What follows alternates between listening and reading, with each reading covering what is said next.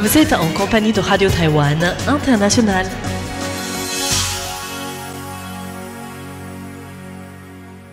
Bonjour et bienvenue, chères auditrices et auditeurs de Radio Taïwan International. Vous êtes en compagnie de Valentin Floquet pour vous présenter le programme de ce 29 septembre 2025. Pour commencer, vous pourrez écouter le journal de l'actualité de ce lundi, présenté par Lisa Dufaux, et puis vous aurez toujours votre émission spéciale de RTI Explore dédiée à Arnaud Lechat qui s'est éteint récemment et qui sera présentée par Sassa et Meg. Enfin, vous pourrez suivre l'émission Compte à rebours présentée par Thérèse Pan avec une nouvelle histoire tirée du roman satirique Chronique indiscrète des mandarins et dans laquelle une histoire sur les officiels de l'époque de la dynastie des Qing sera à découvrir. Merci à tous d'écouter Radio Taïwan International. Je vous laisse tout de suite en compagnie de Lisa Dufaux pour vous présenter le journal de l'actualité, en commençant par les principaux titres. Le gouvernement annonce des enveloppes d'1 million de dollars taïwanais pour les familles de chaque victime des inondations à Hualien.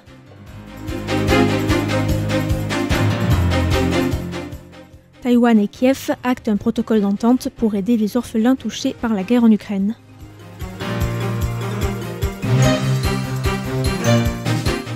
Le ministre taïwanais des Affaires étrangères Lin Jialong, invité au forum sur la sécurité de Varsovie.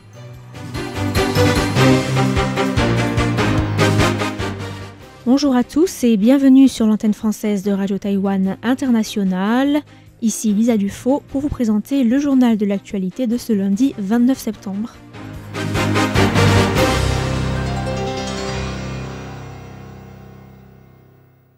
Le Premier ministre Zhou Tai a annoncé dimanche que le gouvernement fournirait des enveloppes d'1 million de dollars taïwanais, soit environ 28 000 euros, pour les familles de chacune des 18 victimes décédées dans les inondations provoquées par le débordement du barrage de Fata'an. Les communes de Guangfu, Wanrong, Fanglin, dans le comté de Hualien, ont été touchées par des inondations mardi dernier suite à des fortes pluies apportées par le typhon Ragasa et qui ont provoqué le débordement du lac de Fata'an. Le bilan d'aujourd'hui faisait état à 11h du matin de 18 morts, 107 blessés et de 6 personnes toujours portées disparues. Le gouvernement central a aussi annoncé des enveloppes d'un montant pouvant aller jusqu'à 250 000 dollars taïwanais, soit environ 7 000 euros pour des personnes blessées dans la catastrophe avec un ajustement du montant en fonction de la gravité des blessures. Par ailleurs, les foyers dont le logement a été affecté par les inondations recevront une somme de 100 000 dollars taïwanais, soit environ 2 800 euros, pour compenser les dégâts provoqués par la boue.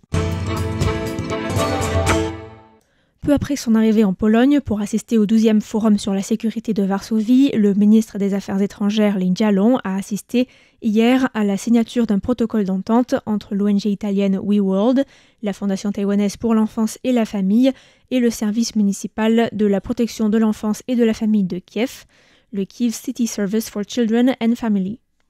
L'accord intitulé « Reconstruire l'enfance, programme de soutien global aux enfants vulnérables de la région de Kiev » vise à répondre aux besoins fondamentaux et à apporter un soutien psychologique aux enfants et aux jeunes vulnérables de la capitale ukrainienne et notamment ceux qui ont perdu leurs 2 parents pendant la guerre et qui grandissent dans des familles d'accueil.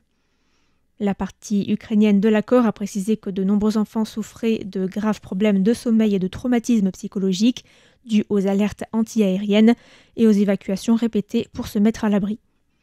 Le ministre des Affaires étrangères a souligné que Taïwan poursuivrait ses coopérations avec ses partenaires européens pour la reconstruction des établissements scolaires, des édifices religieux ainsi que des hôpitaux pour que les Ukrainiens touchés par la guerre retrouvent rapidement leur vie d'avant.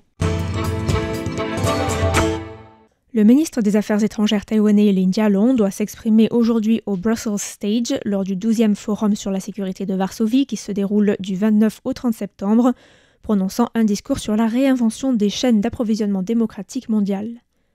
Un communiqué de la diplomatie précise que le ministre s'est envolé mardi dernier pour la Pologne pour renforcer les échanges entre Taïwan et l'Europe et promouvoir la politique taïwanaise dite de diplomatie intégrée, mais aussi pour utiliser la force de la diplomatie des groupes de réflexion pour élargir l'espace international de Taïwan.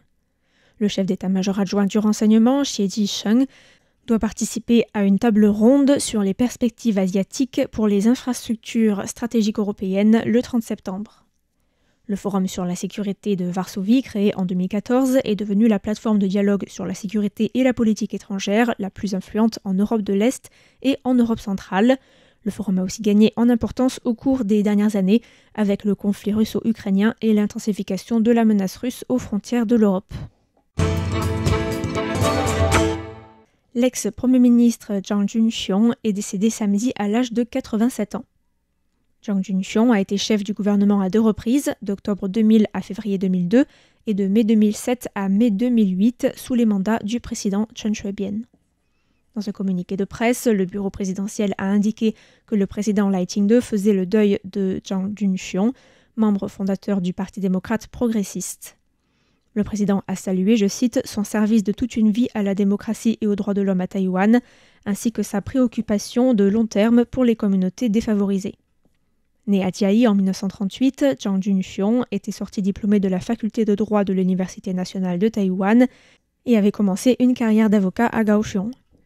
Il a ainsi défendu les victimes de l'incident de Kaohsiung en 1980, un événement majeur pour la transition démocratique de Taïwan sous la loi martiale. Jang Jun-hyong a ensuite occupé un rôle central dans la fondation du Parti démocrate progressiste en 1986 et a effectué 6 mandats en tant que député, occupant également le poste de secrétaire général de son parti et de secrétaire général du bureau présidentiel avant de prendre la tête du gouvernement en octobre 2000.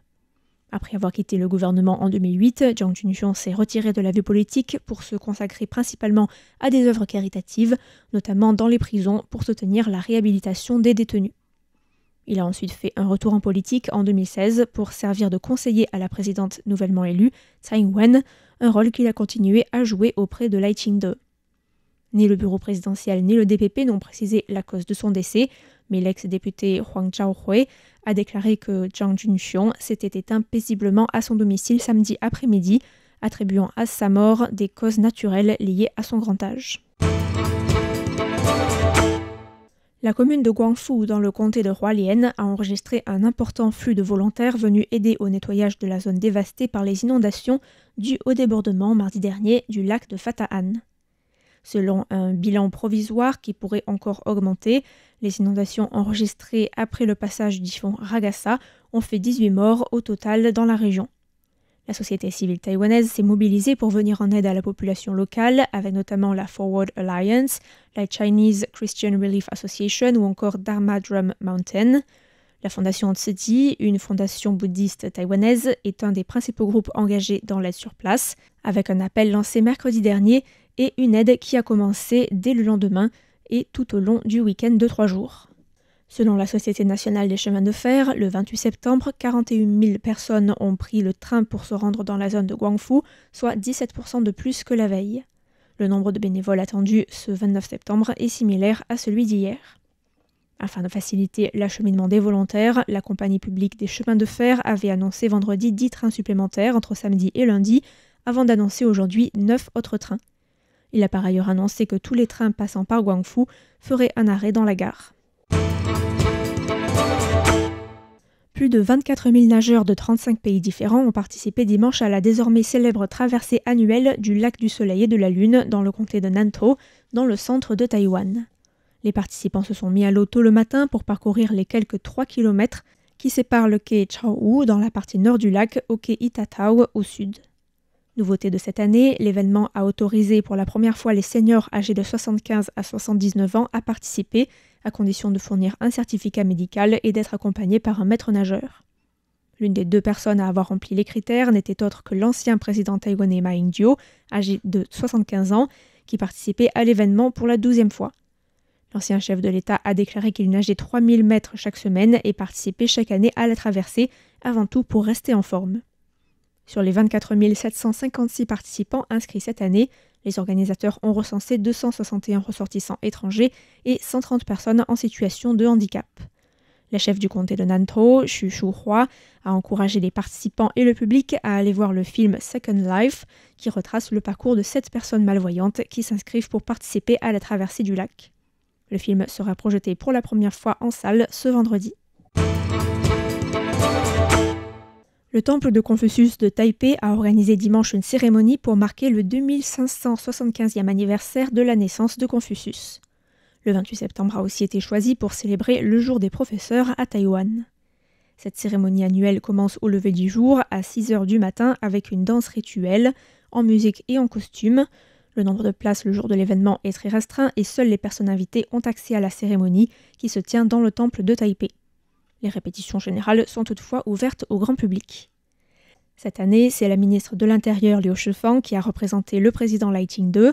Le vice-maire de Taipei, Zhang Wen-de, présidait la cérémonie qui était dirigée par Kong Cui-zhang, un descendant de Confucius de la 79e génération.